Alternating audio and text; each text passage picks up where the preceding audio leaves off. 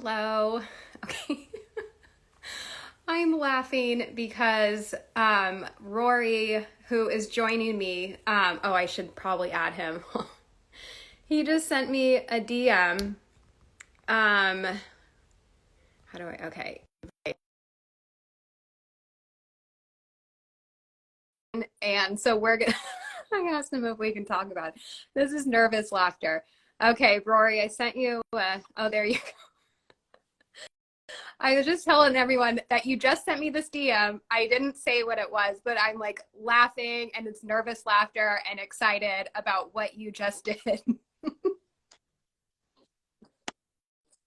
Yeah, it's Okay, my new well, favorite thing. before we get into it, into that, let's just hi and welcome. I'm so glad you're here joining me. Let's just like give everyone a rundown, just in case they don't, my people don't know who you are, but I'm sure you do because you're out there and you have like hundreds of thousands of followers. So maybe just a quick little spiel. Give me your spiel.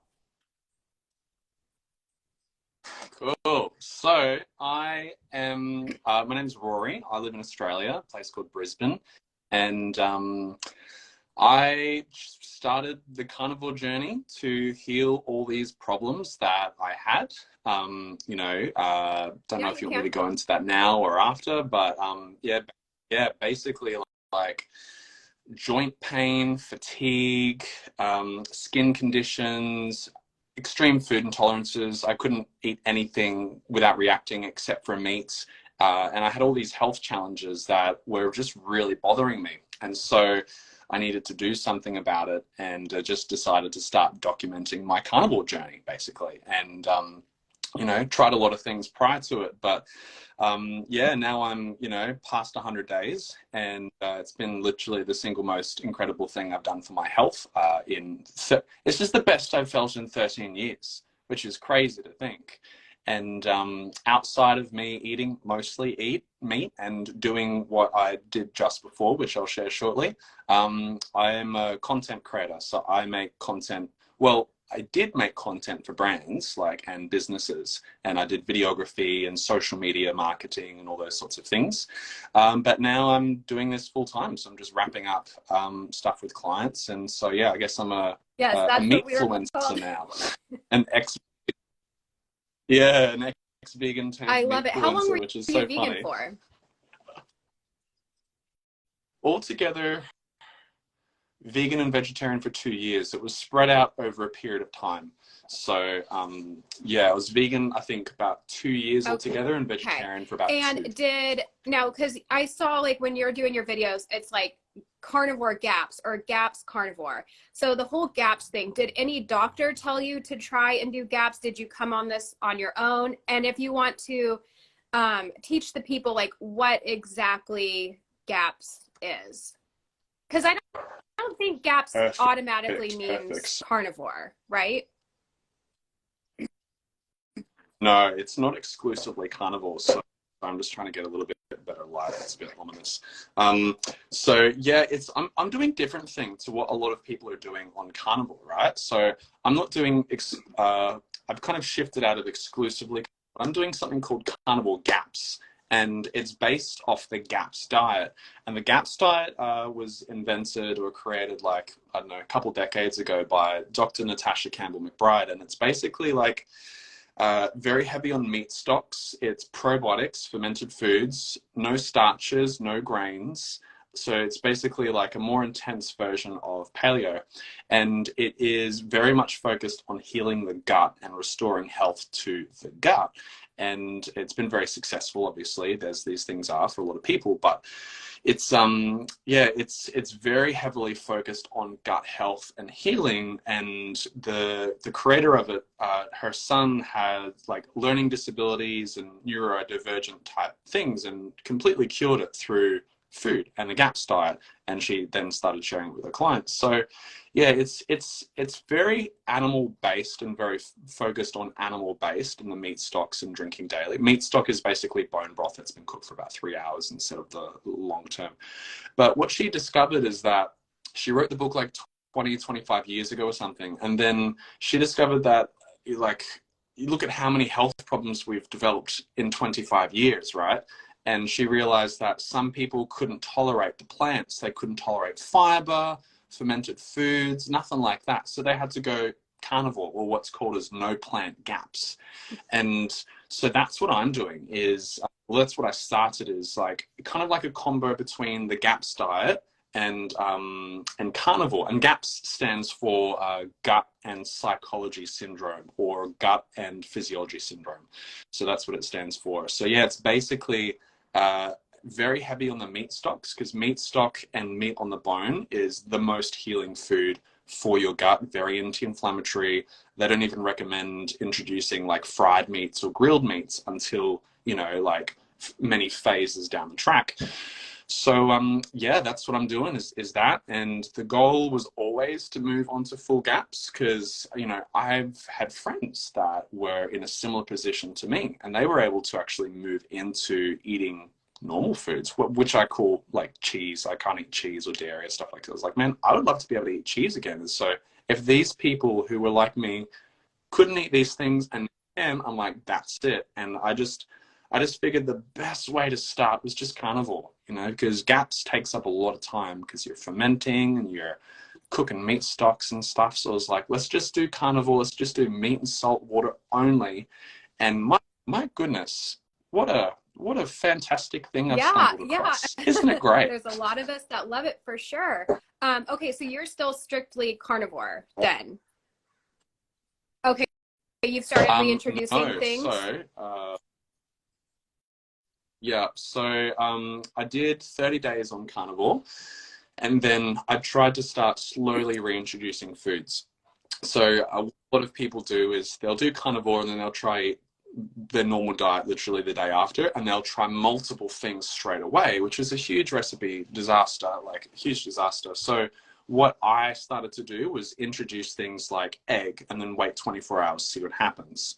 My body still doesn't agree with egg, unfortunately. I tried, what else did I try? Sauerkraut juice, because that is a big part of the GAPS. It's the sauerkraut juice. That's been one of the only things that I've introduced that have not reacted to. So, because that's heavy on the probiotics. So I'm having sauerkraut juice,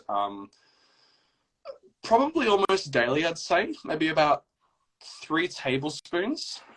What else? Avocado, my body is reacting okay to, not perfect still prefers a good lamb shank, but yeah, I had 2 days ago, I had about a tablespoon of avocado, or 2 tablespoons in a day, and I didn't get the reaction that I got previously. So like normally when I would eat this stuff, I'd break out in my sinuses, it'd be red, you know, histamine reactions, eczema. But it didn't, like, I noticed it was starting to come on, but it didn't in the way that it would. So I'm like, that is a sign that my gut is healing. I was like, oh, that's really cool. I mean, you can see it like maybe a little bit there, like, but comparison to what it was, amazing. So sauerkraut juice, not really, I wouldn't really say avocado. And then ghee. So I'm having clarified butter now. I'm cooking my meat in ghee. Yeah. Oh man, I can't wait for butter. I see you eat sticks of butter. I'm like, that's so goals good. right now. So, okay, like when you have the reaction to eggs, is that like a gut thing or is it a skin thing as well? Is it the histamines? Okay. It's multiple things. So I break out in my skin a bit. It's like, it's not like full on eczema or stuff like that from back in the day. Like, it breaks out here. Sometimes it'll be red through here and here. But my skin will get dry and flaky. I will feel tired. I'll feel irritable.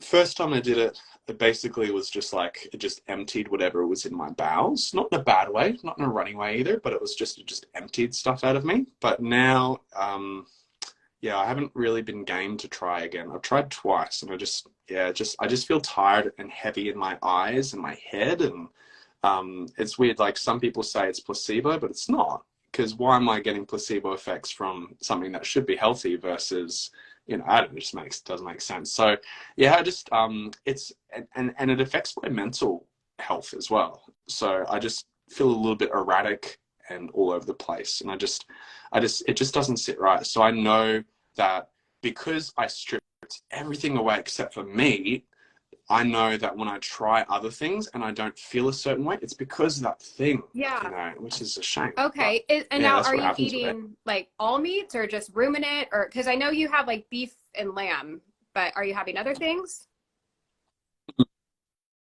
Um, Basically beef and lamb, and I was having chicken, but I haven't had that for a while. No specific reason. It's just more fat in beef and lamb, and I prefer the taste of those better anyway. But yeah, I'm just eating beef and lamb. I don't eat fish at the moment just because it's more expensive, and also I haven't found I mean, there are good sources, but it's better bang for your buck when you buy ruminant, right? But yeah, that's it. I don't really like the taste of venison, and we don't have bison or, you know, but yeah, it's just, yeah, like lamb. Okay. Now Mm, back to what you said about it yeah. emptying your bowels. Speaking of that, why don't you tell everybody what you told me before we hopped on here? What you just did. All right, for sure. So, uh, so in this GAPS thing, in this GAPS diet, carnivore GAPS, and GAPS, one of the big things of it is a detoxification process, and it's a different philosophy to the carnivore, and something that I hope I can bring a bit more light to because it's been amazing. But when when you're initially going through the GAPS protocol, you want to, like, some people go through what's called the keto flu or diet detox. Did you ever have that, by the way? Like where you just Not started this time to feel around sick all because of a I sudden? did start with a low amount of fruit. But when I've been like keto in the past, yeah, there's a few days where it's like the low carb flu where you kind of just feel a little yucky. Mm, fully. So, yeah, it's I think it's different for everyone.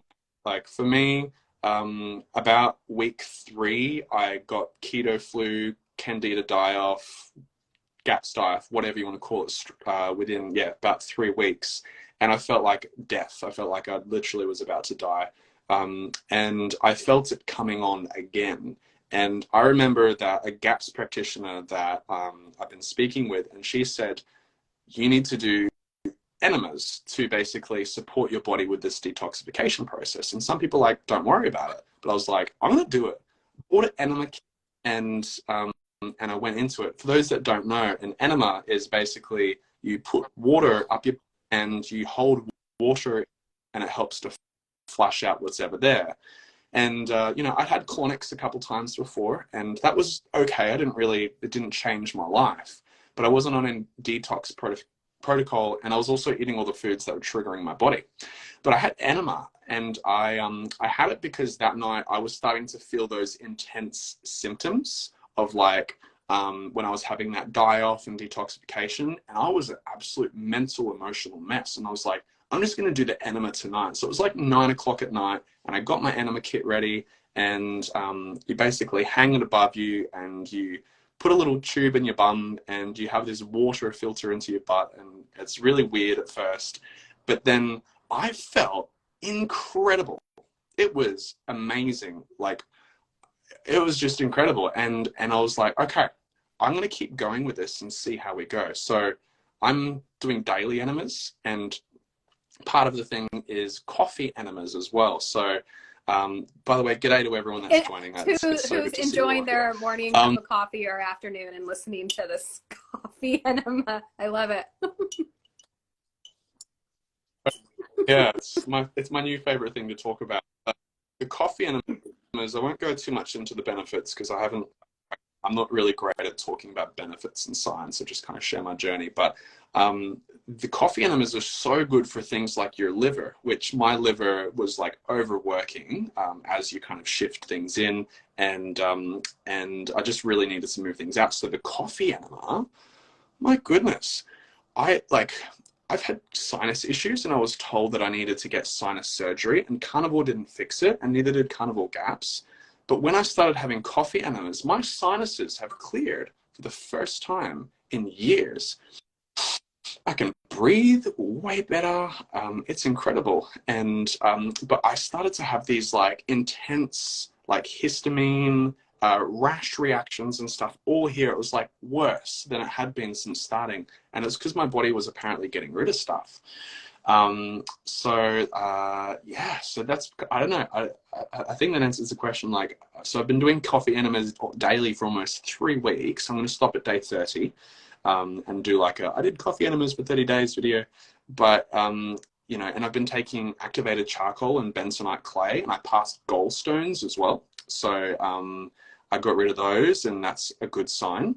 So yeah, it's been incredible, and I just feel $1,000,000 after I do them.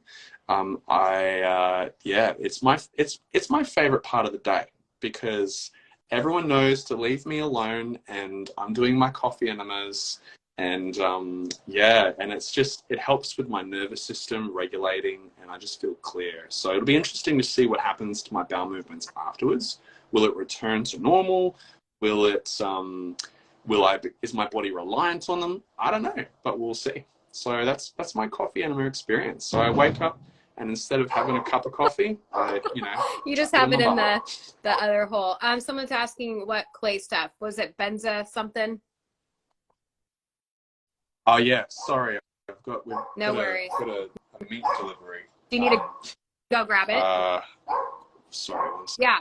Yeah, I might I'm just going to look over really the other quickly, one questions. sec. If you guys have questions, if you could put them in the question box, it's easier for me to see them, because I saw one that went away now. I think somebody was asking about should you do carnivore before gaps?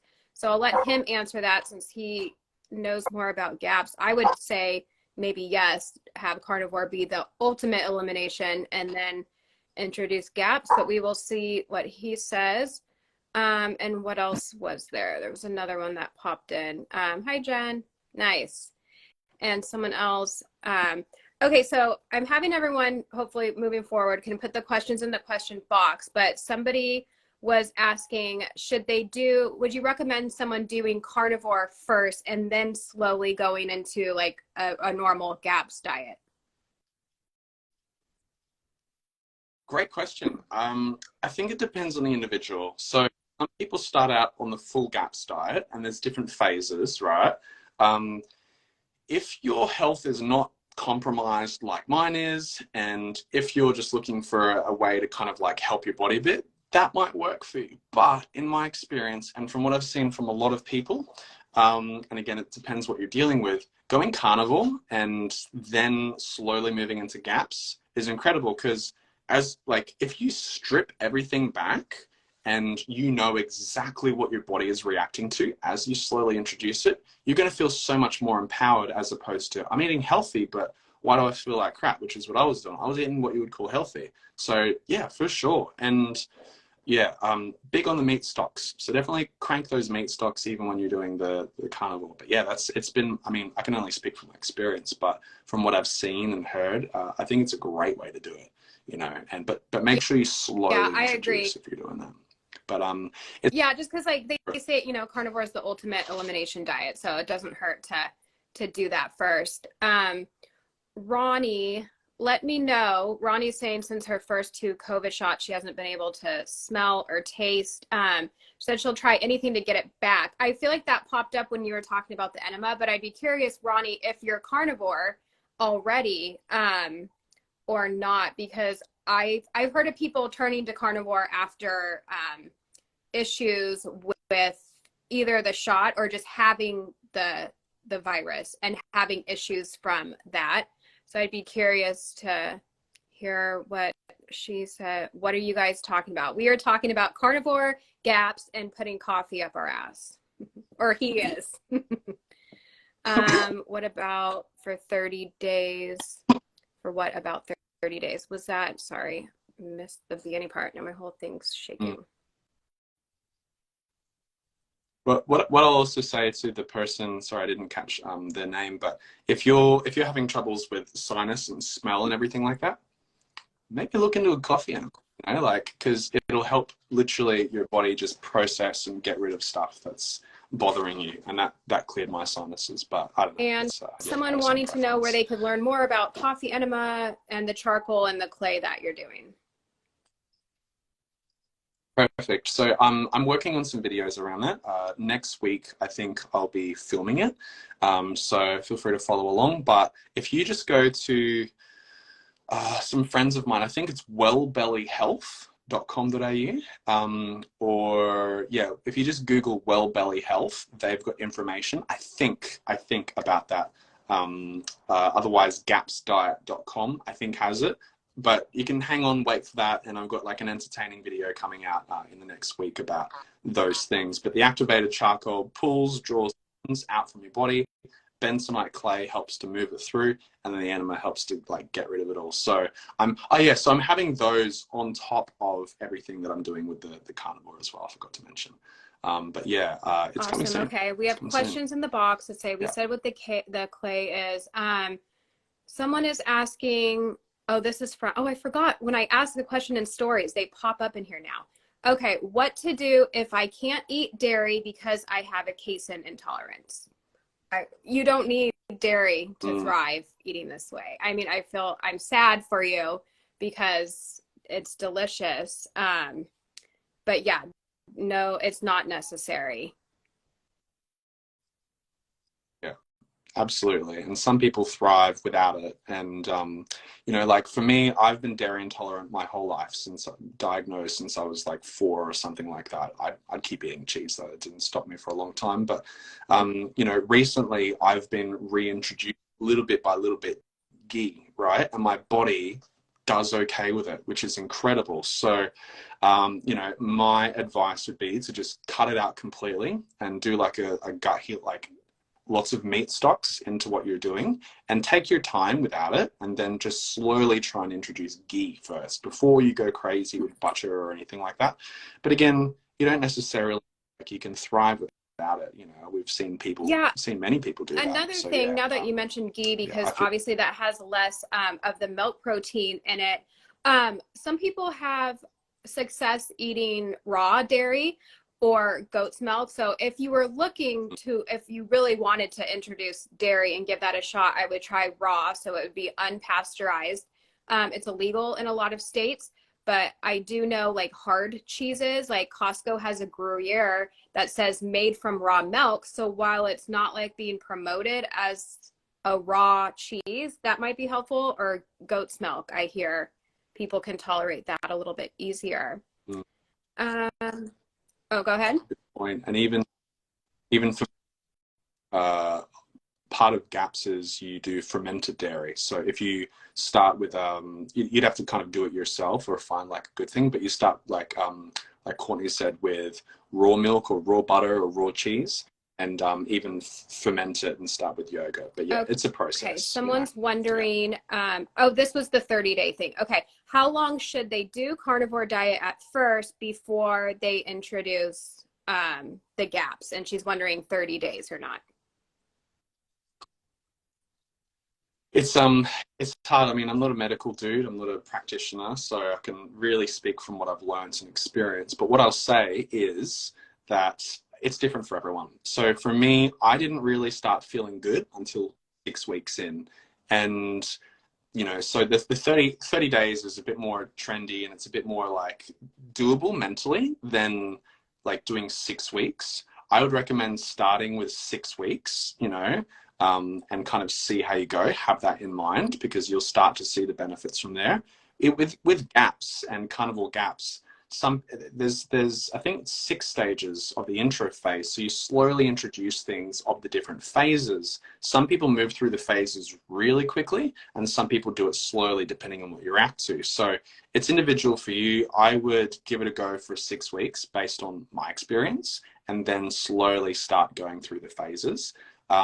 But it's weird though. Like, now that I'm here, I'm like, do I really want to try and introduce things? I'm really loving it. It's like, do I really want to have carbs again? Do I really want to do these things? Do I really want to try veggies? You know, you might love it. I'm loving it. Yeah, I mean, Like, because yeah. even though I could probably tolerate some plants, I didn't turn to carnivore because I was having like all these major issues reacting to plants, but I'm realizing just having them in my diet as a whole, what I used to like look and feel like, I'm like, I have no desire to go back. And I love eating this way. Like, it does not get old. Like, I am stoked on my burgers and steaks every day. After starting gaps, how long did Mm. it take for your digestive issues and pain to get better? really have pain. Pain is not something that I've had in my gut. I think I had it years and years ago. But my digestive issues, I would say, started to improve as soon as I cut those things out. But let's say 2 to 3 months before I really started noticing like significant change. And I know like the gut's connected to everything, right? So the fact that my skin improved and my joint pain improved and everything like that, within the 30 days, within a week, I started to notice benefits. But for me, the marker of my gut feeling better is is if I can introduce foods and my body doesn't react. That's how I know that my gut is doing well. So I'd say like towards the 2 to 3 month mark, that's when I really noticed that, okay, like I can tolerate things a little bit better. Even to be able to do ghee, you know, have a tablespoon to 3 tablespoons of ghee in a day, that to me shows that my gut is healing. It's feeling better. It's gonna be different for everyone. Some people like a year or two before it's like, okay, cool, it's feeling better. Some people it's a week. So yeah, that's what happened for me though, is probably about two Okay, to 3 awesome. months. So yeah, if Yeah. anybody else has questions, just pop them in the question box. Let's see. Okay, this isn't totally gaps, but how to lower blood pressure naturally with no meds. My experience and what I've seen is just going carnivore.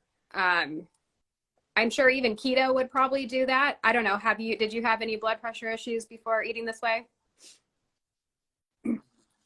No, it was an issue at all. I did have heart stuff though, so nothing that doctors could find. But I've had about 5 people in my family die from heart disease, and like my younger brother, who's 2 years younger than me, open heart surgery. My mum has had heart surgery. My dad died from a heart attack. Like it's in my family. Like it's right there. I'm the only one that's gotten out. But before I went carnivore, I was having like flushes, I would have palpitations, my left arm would feel heavier, and I had all these symptoms of heart stuff, and that went from going carnivore. So I didn't have the blood pressure thing, but I did have symptoms. Even the doctors, they were like, nothing's wrong with you. It's like, well, I feel it, man.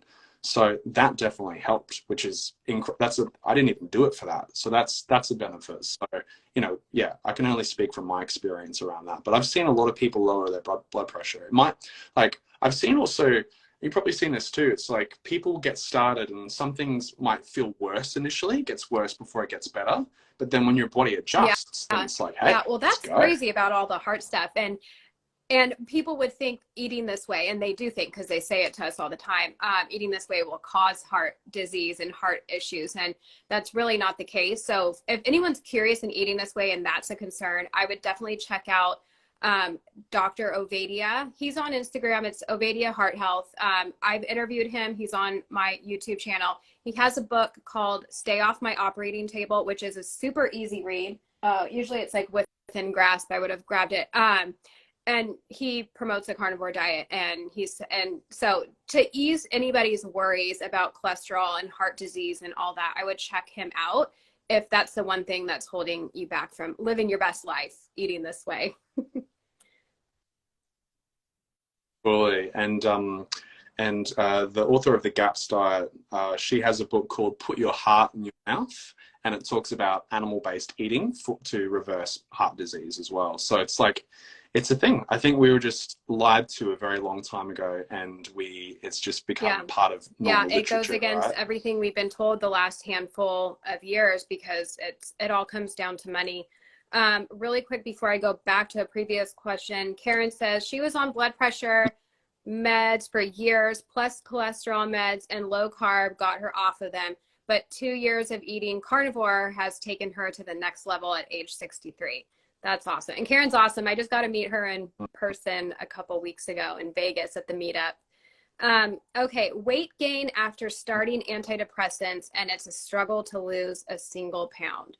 Where to start? Now, I've been on antidepressants before, and it didn't make me gain weight. When people do gain weight, like, is it because it's making you be hungry? Or are you like, is it water weight? Like, what is, like, I don't know. Like, maybe it just makes you hungry. Have you been on antidepressants at all? No, I was found 3 of them, and I was told to go on them like 10 plus years ago, but I never did, just because I don't know, just something didn't feel right about that for me.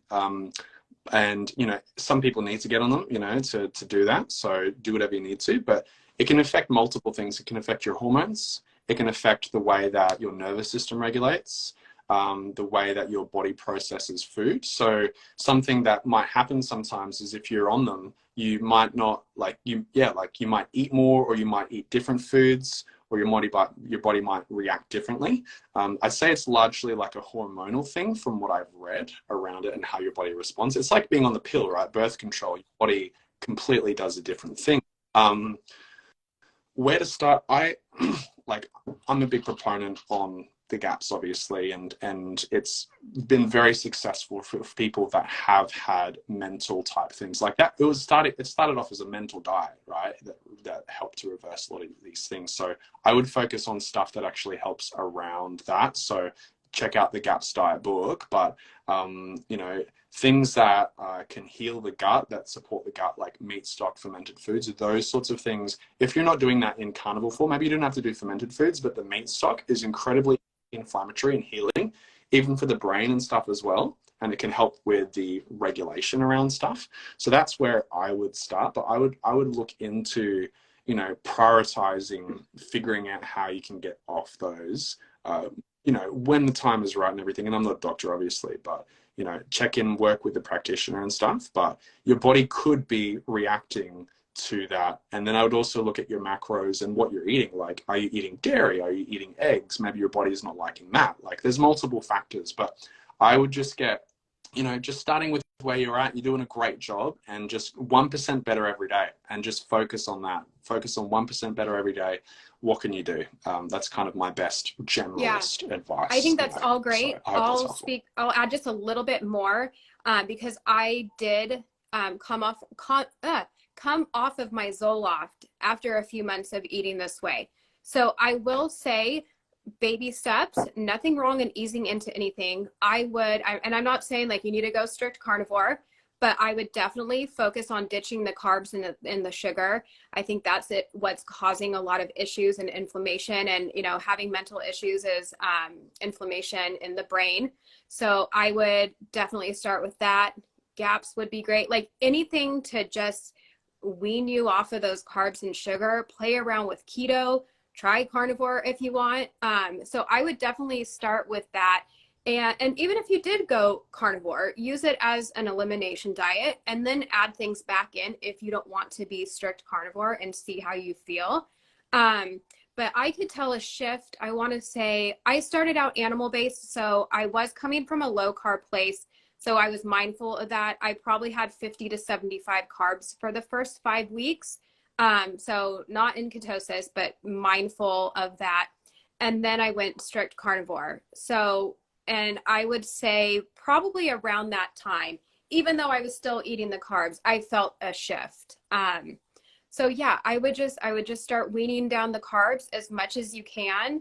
And depending on your dosage, I was on a low dose, because I was higher before and it numbed me out. So it was so low that I still didn't feel great. So I was able to notice the changes even when I was on it. So yeah, I mean, I don't want to tell you to be like, oh, you need to get off those. But if it were me, I would make dietary changes so you didn't have to rely on those to have good mental health. Cut out soy and seed oils too, someone's saying. Yeah. Sorry, go ahead. Yeah, no, I'm with you. Yeah, mental health is no joke. So do what you need to support yourself in the way you can. But there's a lot of stuff that's coming out and has been out for a while. A lot of it has to do with inflammation, right? And also nervous system stuff. But yeah, like if you sort out the inflammation, then it will help. I'm sure, even if you just feel better. Yeah, and if you do decide to go off of them, take it so slow. I mean, I know we can't like be giving medical advice, but my doctor was like, oh, trickle it and be done with like a week or two. And I felt horrendous. I thought side effects were for people that stopped cold turkey. I didn't know. So I thought I had the flu. And then I had these, what I found to be called brain zaps. And this was before carnivore. So I actually went back on them. I did not feel ready to be off of them. Bit dangerous to be saying reduce your medications without saying talk to a doctor. Talk to a doctor. I'm sharing my experience. Yeah, I mean, hello, that's just common sense. Sorry. But when I went off of them a second time, even though she told me to do it in 2 weeks, I took months. I broke it down and kept cutting my pills. And for me, that made the weaning process like so much better than the first time. I didn't feel as crappy as I did. Yeah, I'm not telling her this is what she should do. I'm saying what I did and what I feel was best for me. Goodness gracious. Okay. Oh, yeah. Let's see. I think that's everything in the box right now. If anybody has any questions, let us know. Is there anything else? I know you got to get going soon. Is there anything else you want to touch on and you want to make sure people know about?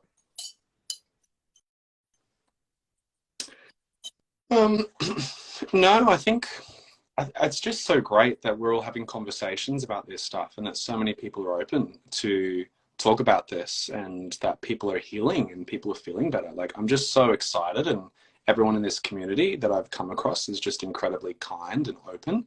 So yeah, I just think, like, if you're someone that kind of watches people that are doing this and you're curious, like, obviously give it a crack. I reckon it's the literally, like, when someone says that they've cured this, they've done that, they've, like, you know, they've healed this, it's the best they've felt in years and stuff. I think it's something to have a look at. And I guess so, you probably get these comments too, like, social media is so fun, but the comments of, you know, there's no research that proves this or this or that. It's like, why not? Maybe there should be. Maybe there should be studies that follow along people's journeys to see, like, okay, why does this work? Why is this incredible? You know, so because there's so much other stuff, but I don't know. It's just, it's exciting because healing is possible. It's, you know, like, we don't have to suffer anymore. That's just exciting. And you know what, I was just talking, I was that. interviewed by Professor Bart K yesterday, and we were talking about this, the studies. He's like, well, if that's their argument that there's no studies and this isn't science backed, then that can be said for any diet. Like, there's no controlled studies for nutrition. There is not two twins that are put into a room and locked there and being fed the same thing every day. Like, there's not really any way to control it. So all that is, yeah. Okay, this guy is still going on about us giving medical advice. Okay, someone asking thoughts on cravings for fruit and honey in the beginning. Once you get rid of it out of your diet, it will stop. If you're having stevia or just anything sweet, if you're chewing gum and you're like me and addicted to carbs and sugar, then that will just like continue that cycle of craving. But if that's what helps you, like, wean on to carnivore, if you're trying to go carnivore, I don't see any harm. But if you're continuing to have cravings, give it up. Kick it to the curb. Yeah, eat more meat, eat more butter, eat, like, you know, like, I felt this thing as well as I was going through it. And there were some days I was like, I just want honey. I just want to smash a whole jar of honey.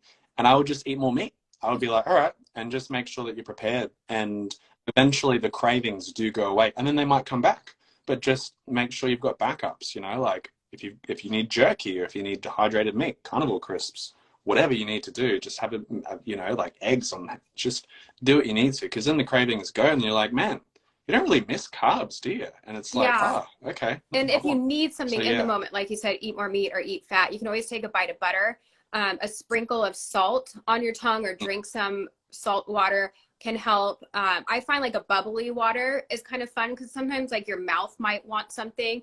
And yeah, just distract yourself. Go for a walk, go do some push-ups, like do anything except for cave into that. But it does get easier once you get it all out of your system. I mean, I would even say like a week or two, like then they may pass by here and there, but it really just kind of floats right by. Like, oh, that chocolate would be good. And then it's gone. You're not going to like dwell on it all day.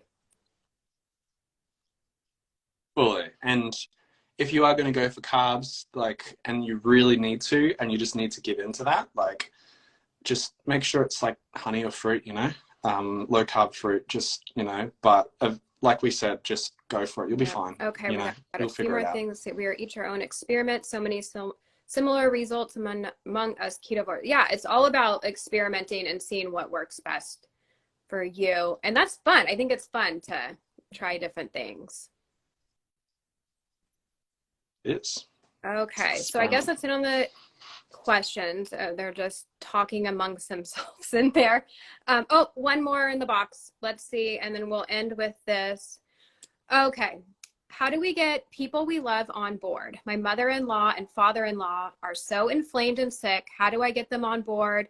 How do I get them out of their sick conditioner weight? Maybe that's a typo, but how do you convince someone? I'll give my little 2 cents real quick, and then we'll end with what you say.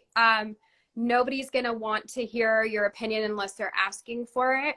I would just continue to do what you're doing, and just eventually, like, if you're feeling good and looking good and all these things, like, they're going to get curious. And then if they ask you, give them some information, point them to some, studies or whatever, or proof that might make them feel better that this isn't dangerous. But I have learned you don't say a word.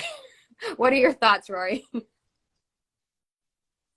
I agree. I agree. I'm not even shouting this from the rooftops, like I've got a little bit of a social media following now. I'm not telling everyone, go do this and don't do this and whatever.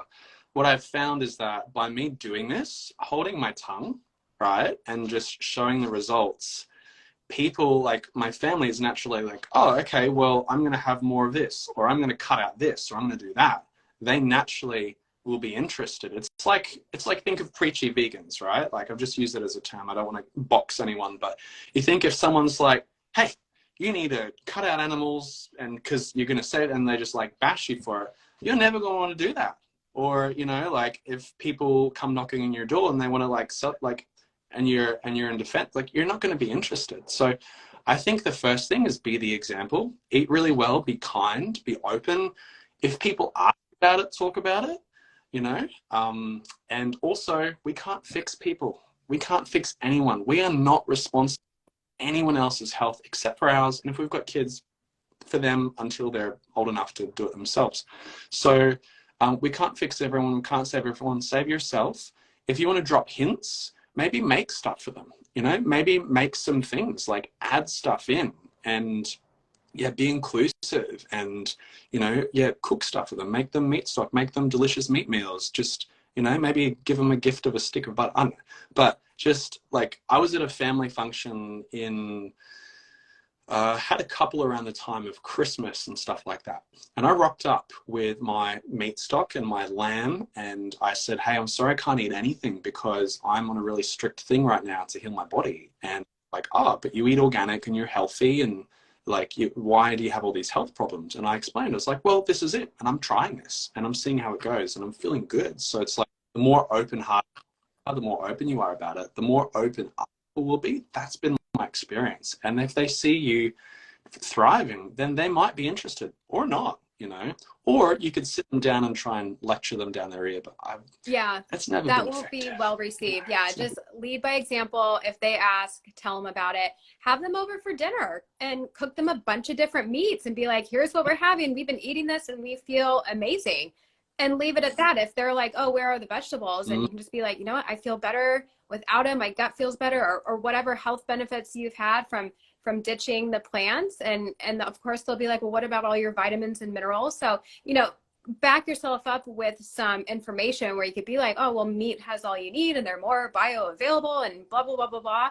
So be prepared to explain, or you can just be like, you know what, I'm like kind of what you said, I'm having these issues. I'm experimenting. Like, this is an elimination diet for right now while I figure out what's affecting me or something. So it just kind of depends on how deep you want to get into it with people. But yes, wait until they ask. Don't tell them to do anything. exactly. It is hard when your loved ones are sick and unwell and even dying, right? Help them, but not Yeah. they're not our And responsibility when they're to ready, do. they'll Yeah. they'll get curious. I've had quite a few family members switch over to carnivore without me saying a word. I didn't even say like, oh, you should probably do this. Like, I live my life. And yeah, a handful of family members, a couple of friends, and everyone's like, oh my gosh, why didn't I know about this sooner? Like, I've never heard of anybody have a bad thing to say about it. So yay. Okay. Okay. Let's read this one thing and then we'll get off. what would you say to the people who were saying the same thing about veganism when it was trending 5 to 10 years ago, with people getting off medications, embracing, devil's advocate, you embrace this lifestyle? My understanding is like well, I guess maybe I don't totally understand what you're asking. No, it's Is in it the in the box? I comment. can't actually see it. Oh, that it's helping people. Okay, I think vegans can get like that good like health change in the beginning, from what I understand, that maybe you feel good for a few years and then it typically starts to decline between like 5 and 7 years. So maybe they do feel amazing in the beginning, especially if you're coming off of a crap diet and then you're eating all these like, cleaner foods, if you will. I don't know. That's my thought on that. Yeah, it's an interesting one, right? Because in an ideal world, maybe I would be plant-based, but would I really? With everything that I know now, it's I think a lot of people experience it initially, and I did. I was vegan for 2 years, vegetarian, but I think people's reserves run out in their body, from what I've read. I think it's after a period of time, most people, I think it's like 84% or maybe more, go back to eating animal products after being vegan, vegetarian. 84%. And even people that can afford the best diets in the world, celebrities, the best chefs and everything like that, money is not an issue. They will go back to doing animal products as well. But then there's also a percentage of people who have been thriving for a very long time on it exclusively for decades, zero problems. So I don't think it's a blanket statement. I think we're all different, and I think we respond differently. But as a general rule, it doesn't seem like it's sustainable for everyone. So I think just if you want to give it a crack, do it. But yeah, I just don't think it's sustainable in many ways. So yeah, I think anyone can experience a shift initially, but it's about long term and looking for, okay, what is going to support me long term. And it seems that this is probably one of the best ways to do that. Yeah, and what's interesting is I feel like there's a lot of vegans, ex-vegans in the carnivore community, and it's very interesting to hear their stories. Like, she just mentioned her hair was falling out being vegan. She was depleted. It's like, yeah, I've heard a lot of these stories too, especially when Freely, the banana lady, the high fruit or whatever, high raw vegan, I don't know, she did these videos on me, bashing me, and I was flooded with DMs by people that said, oh my God, I used to follow her and took her advice and it ruined my health. So yeah, I believe that we need to have animal proteins in our diet to thrive. Maybe, like you said, there's that 1% out there that's doing fine without it, but for the majority, that's not, I don't think, the way to go. So all right. Well, I'm going to let you go. I know you have things to do, maybe more coffee up here. But so thank you so much for being here. Where can everyone find you? Obviously here on Instagram. Where else are they? Where else are you? What are you doing? All the things. Cool. So yeah, Instagram, obviously, this is a great place. I post stories on here pretty regularly. I've got a couple of things that I'm really putting my attention into this year. One is I've got like a newsletter called the Weekly Digest, and it's just like I'm writing and I'm sharing some stuff that I don't share on social media, just because I feel like it's more intimate and a bit more in depth. So, yeah. Oh, really? Oh, cool. Yeah, it's good fun. It's yeah, I really enjoy it. That's really cool. So yeah, that my YouTube, I'm putting more attention into the longer videos on there, and also I got a podcast coming eventually. But yeah, really, like Instagram, YouTube are probably the two places that I'd send you. And I'm in the process of basically building some new series out. So I want to create some really fun stuff, and I've got lots of things planned. And now that we'll have the time freedom to do this, I will be pumping out more stuff. Yeah, but thanks for the opportunity to chat with you. I'm excited to see what you do. I was actually just talking to a friend today where it's like, okay, you're a videographer or whatever you are, you create content. I'm a freaking, ex cook, and now it's like to share my passion, I have to figure out how to make like all these videos and do this and that, and it just doesn't come naturally. So I mean, there's a huge difference in our content. Like yours is really good and it's really fun to watch and it's catchy and it's cut, and yeah, that's like not my wheelhouse at all. So I mean, this is great, and that's probably why you do so well, because you know how to do that, and then you're also sharing like a very interesting story too with your health. So yeah, I'm excited to see whatever this series is. I would love to be able to just post stuff in the way that you do, though. Because I I'm don't edit, jealous a lot I of the just throw it time out there. because you yeah. I wish I could do that, but I'm like, now I've found a style. It's like I feel like I'm stuck with it, which I love. But it's like I'd love. I'm going to give it a go. I'm going to be brave, and I'm going to do a Courtney, and I'm going to just share something that I'm doing that day, you know. But yeah, I think the perfectionism of making videos over the years for people and stuff, I think it's really worked to get the good word of the gospel of carnivore out there. But yeah, it's good fun. But yeah, I'm hoping that I can streamline it a bit more and yeah, Awesome.